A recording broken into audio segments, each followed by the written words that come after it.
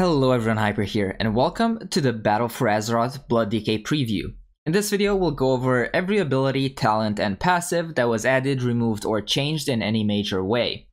Blood Decay saw most of its changes in the talent tree. Most of it was reshuffled, a few of the talents were removed, and some other ones added. So this is where I will be spending most of the time. Towards the end of the video, I will show you a few potential builds that we'll see pop up during BFA, as well as give you my overall impressions on the Blood Decay. First of all, for baseline abilities, the only thing that was removed is Wraithwalk, and this was made into a talent. And then the only new ability that we actually get is Death's Advance. And this works the same way it does on Unholy and on Frost, which I already talked about in previous videos. For baseline abilities that were changed, Dancing Rune Weapon cooldown was changed from 3 minutes to 2 minutes, but it is now on the global cooldown. And I don't exactly understand why this change was made, because Dancing Rune Weapon is technically a defensive cooldown. And especially since we lost the artifact trait where we get an extra weapon, we get much less offensive value out of it than defensive, so I really think that this should be one of those abilities that is off the GCD. Anyway, moving on to the next ability, Gorfien's Grasp radius was changed from 20 yards down to 15, and this is to bring it in line and make it the same as the Demon Hunter grip. Heartstrike Slow was changed from 50% down to 20%. Then Bone Shield was changed to now increase our armor rather than give us direct DR. Our Mastery was buffed from 12% up to 16% base amount, and for this reason they kind of nerfed our Death Strike a little bit, which was changed to heal you for 25% of all damage taken in the last 5 seconds, but now the minimum is only 7%, down from a previous 10%. With the baseline abilities out of the way, time to look at the talent tree, and there's a lot of changes here. So I will go through these rather quickly, and if you want to just read up on these, you can go ahead and check out an article, for example on Wowhead, where they have everything summarized quite well. In Tier 1, Bloodworms was moved to a different tier and was replaced by Rune Strike. This is an ability that deals physical damage and generates 1 rune. It has a 1-minute cooldown with 2 charges, but every rune you spend causes it to reduce the cooldown by 1 second. In Tier 2, Rapid Decomposition was changed to increase the tick rate of our Blood Plague and Death and Decay, but it no longer generates runic power while we stand in Death and Decay. Heart of Ice and Spectral Deflection were both removed and replaced by 2 new talents. First one is Hemostasis, which is the buff from the shoulder legendaries in Legion, and it's also been slightly reworked to now grant a stack per target hit by Blood Boil rather than per Blood Boil cast. So this means that if you have 5 targets around you and you cast Blood Boil, you instantly gain 5 stacks. However, the damage and healing bonus have been lowered down to 8%.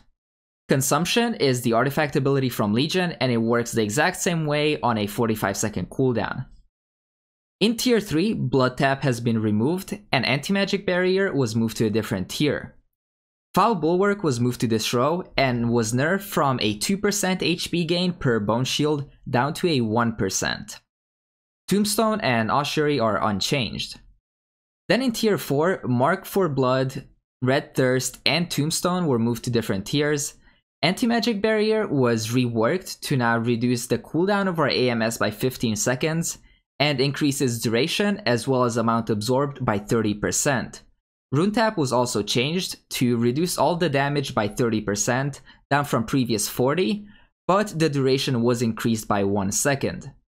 In Tier 5, Tremble Before Me and March of the Damned were removed. Tightening Grasp was essentially split into 2 talents. Grip of the Dead makes your Death and Decay reduce the movement speed of enemies by 90%, and this decays by 10% every second. Tightening Grasp now just reduces the cooldown of your Gorfien's Grasp by 30 seconds. And then, like I mentioned before, Wraithwalk was added as a talent, and it works the same way as in Legion. In Tier 6, Voracious is a new talent that makes your Death Strike give you 15% leech for 6 seconds. Bloodworms was slightly changed to now be procced by all auto attacks rather than just crits. Mark of Blood now has a 6-second cooldown and lasts 15 seconds, down from previous 25.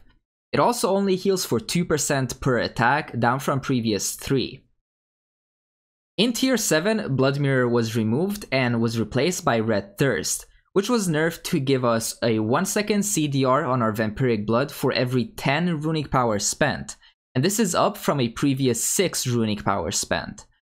Bone Storm was also changed to now heal us for 3% every time it deals damage, up from a previous 2%. Now let's take a look at some potential talent builds. Since this is a tank class, most of your talents will be situational, so instead of giving you 1 or 2 cookie cutter builds that you can use on single target and AoE, I will show you both builds but then give you advice on which talent to take in what scenarios. First up here is our single target defensive build. So in the first tier, for single target, I recommend either taking Blood Drinker or Rune Strike. And this really depends on what you want out of this talent row. Do you want more damage and self-healing, or do you want extra rune regen? Because let's be honest, we don't really take Blood Drinker or Rune Strike for the damage component. We take it either for the extra healing, or we take it to get that extra rune. So depending on how much rune regen you have, and if you feel rune starved all the time, for example, then Rune Strike will be the better option.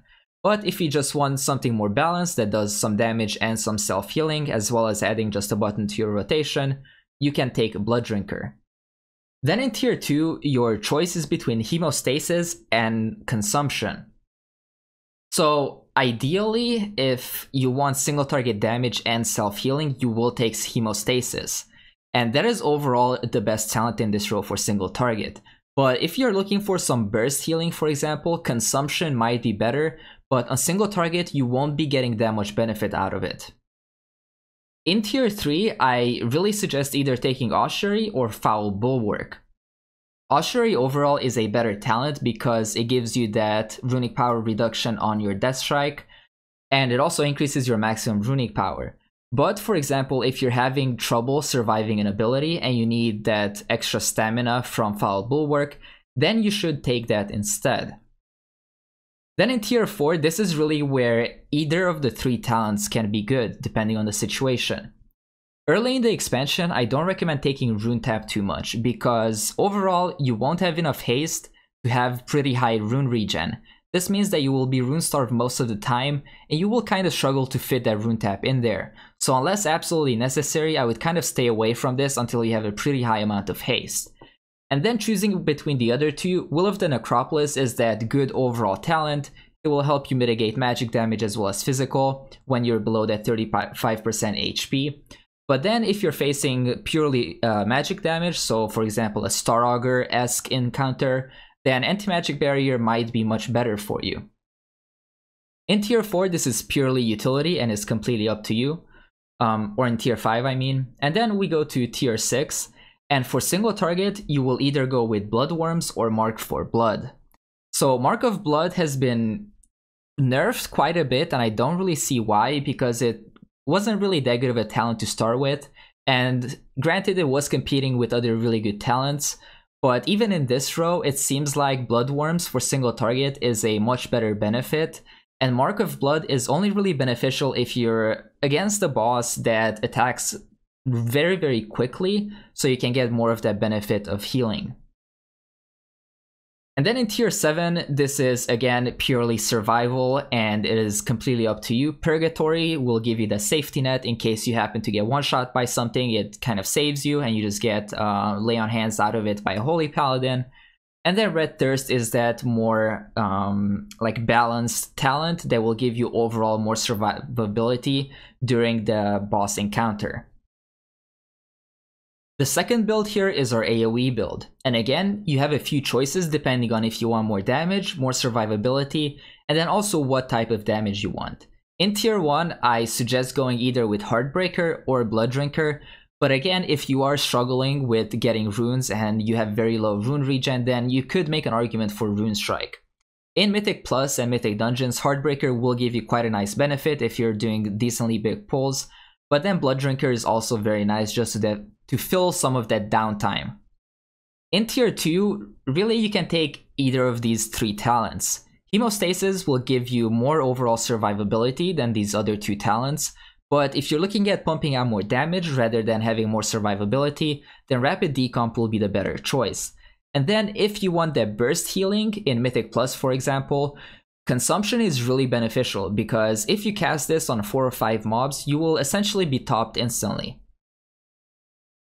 Then in tier 3, again, your choice will be between Ossuary and Foul Bulwark. Overall, for Mythic Plus, I recommend taking Ossuary because overall it is just a better talent than Foul Bulwark, especially since Foul Bulwark has been nerfed. Then in tier 4, again, you can make the same choices as you did on single target, but if you're just looking for a balanced talent, that I would go with Will of the Necropolis. Tier 5 for Mythic Plus, if your group already has a class that slows enemies by quite a large percent, then you should probably go with Tightening Grasp, but if your group doesn't have classes which have that slow element, then you can take Grip of the Dead. I don't really see a reason to take Wraith Walk because the other two utility talents are just so powerful in this row. In tier 6 for AoE, Voracious is most likely the hands down talent, because on AoE that 15% leech is huge.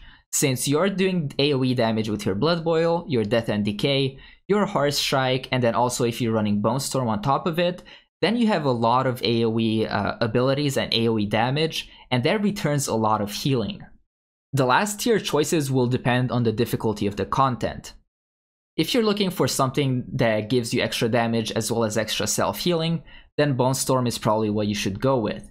If you want that extra safety net, for example, to get around some one-shot abilities, then Purgatory is what you want to go with. And then if you're just looking to get a purely defensive benefit out of this tier, then you just take Red Thirst. So you can tell that a lot of the tank talent choices do come down to what you actually need in a certain scenario. There's not one cookie cutter build that you can take in all situations. Rather, you kind of have to adapt your talent system and your talent choices based on what content you're doing. So now, what are my overall thoughts on the Blood DK? I really like the way they reworked our talent tree and the changes they made to it. Most likely we will still have a few dead talents such as Tombstone and Mark of Blood. Tombstone, especially early in an expansion, we are already struggling just keeping up our bone shields, so we can't really afford to just sacrifice 5 of them for some extra absorption. And then Mark of Blood is just competing against 2 pretty decent talents. One of them is hands down much better in AoE, and the other one will depend on tuning for single target, but that is pretty much a dead talent as well.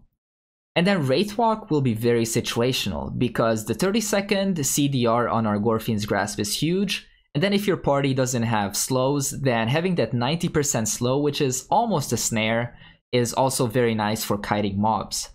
The biggest complaint that I heard about Blood DK is that it's very slow and it's constantly rune starved. And both of these things are very true. And the thing where people say that it's slow to play, that comes from being rune starved, because you want to obviously always keep up a decent amount of bone shield stacks, so at least 6 or 7. And in order to do that, you need to spend 2 runes on every time you cast Morrowind, and that locks you out of a lot of other runes. So for this reason, we can't really take Blood Drinker and we can't really take Rune Tap. Throughout the expansion, we will get more haste, and this will kind of remedy that, but especially at the beginning, playing both Blood Drinker and Rune Tap will put us in a situation where we just need to sit on our runes to use them for defensive purposes, and this will essentially just lock us out of using Heart Strike at all on single target and in AoE. So as far as our self-healing, defensive cooldowns, and our utility goes, Blood DK has been severely hindered since Legion, because obviously we lost our leech component from our consumption, which was a huge reason Blood DK was so successful in Mythic Plus. The second thing is that our Dancing Rune weapon had a lot of artifact traits that revolved around it, be that to increase its duration or to get that 1 extra weapon. So then we applied 3 dots, and losing that and also Dancing Rune Weapon going on the GCD made Dancing Rune Weapon a much less of an offensive/defensive cooldown and just turned it into a 40% parry. The offensive benefit of Dancing Rune Weapon has been significantly hindered with those changes. Our Vampiric Blood has also been severely hindered because if you recall, in Legion we had an artifact trait called Umbilicus Eternus, and what this did was that during your Vampiric Blood, so while you have it active, a percent of the dot damage that you deal with Blood Plague gets converted into a shield whenever your Vampiric Blood expires, And this was especially beneficial in Mythic Plus, where you had a large amount of targets, and during Dancing Rune Weapon you had 3 of those dots up on every single target, and at the end of it you just got a massive shield. Then with the reshuffle of our talent tree, a lot of the imba talent choices that kind of complemented each other very well has been removed, and we're kind of left with a more balanced talent tree, which overall I guess it's good for the game, but for Blood DK specifically, piled on top of all these other changes is quite detrimental. So do I see Blood DK being used in Mythic raiding?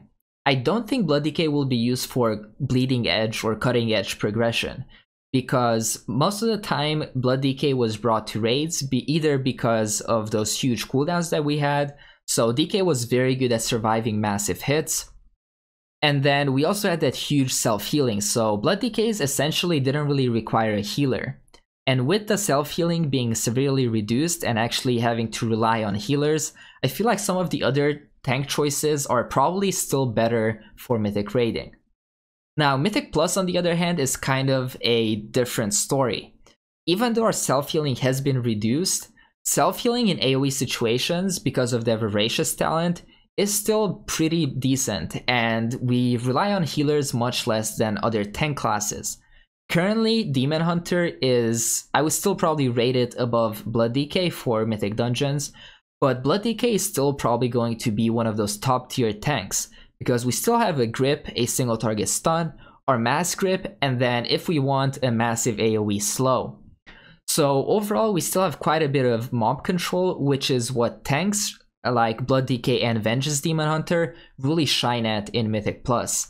And this really makes Blood DK be one of those classes that is still going to be taken in Mythic Plus at the high end, just because of how good their utility is. Obviously, with our defensive cooldowns being nerfed, we will struggle a little bit more and rely more on our healers than we did in previous expansion, but overall I feel like Blood DK Mythic Plus will still be a very good class. Thank you so much for watching the Blood DK BFA preview, and if you have any questions or comments, please leave them in the section below. And as always, if you enjoyed the video, then please hit the like button and sub to the channel. And if you'd like to support this channel directly, then you can check out my Patreon, which is also linked in the description box. Again, thank you so much for watching, and I will see you on the next one.